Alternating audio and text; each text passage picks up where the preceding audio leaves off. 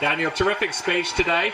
We're focusing on youth career issues in England. I want to see what message you've got for young people that are feeling disillusioned about their employment circumstances at the moment. But I mean, it's not only young people who are feeling disillusioned about their employment circumstances. These are difficult times. And in order to get out of the mess we're in, we've got to stop doing the things that got us into it. Now, the single biggest problem we have is a massive debt. Right? And as long as that is hanging over us, our economy is not going to be growing as fast as it can. Now, governments cannot create jobs. Governments can destroy jobs, but the best thing they can do is to encourage the circumstances where people will create jobs. And the way of doing that, first of all, is to reduce the debt burden and reduce the tax burden. Then, there's a lot of energy, a lot of enterprise. There are people out there with brilliant ideas, how to make things, how to sell things, how to invent things.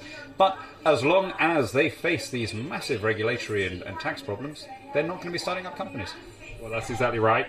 Now, we have a policy idea of holding the education system much more accountable for employment outcomes. Instead of educating people into unemployment, we want them to take ownership of employment outcomes. What are your thoughts on how the education system is presently helping young people?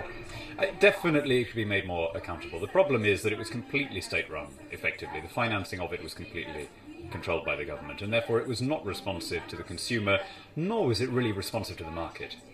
Universities were neither answering what employers wanted, nor answering really what their students wanted. They were their income stream didn't depend on their doing either of those two things, let me put it like that. Now, there are some things that we're improving. And some of the changes we're making, I think, will make universities more responsive. But I have to say there are aspects of what's going on that worry me. Not every degree is going to merit the investment of the tuition fees. There is a danger that every institution will feel that it has to charge the top whack in order to be taken seriously.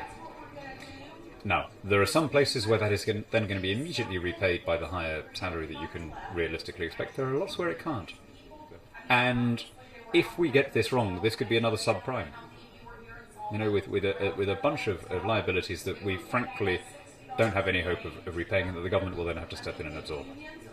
Well, that's exactly right, Daniel, and I agree with everything you're saying. Final question I've got for you is about your own career. Can you give an idea to young people watching this, how you got started and how you got into the position of leadership you're in now?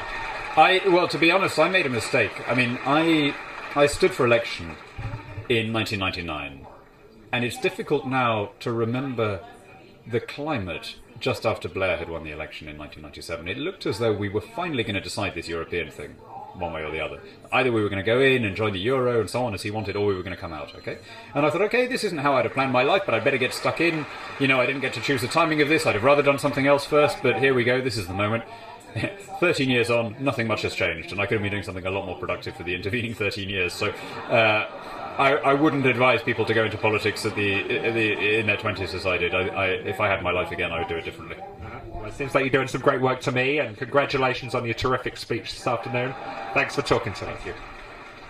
This is David Pattinson with the dpaf here in Washington, D.C. at CPAC.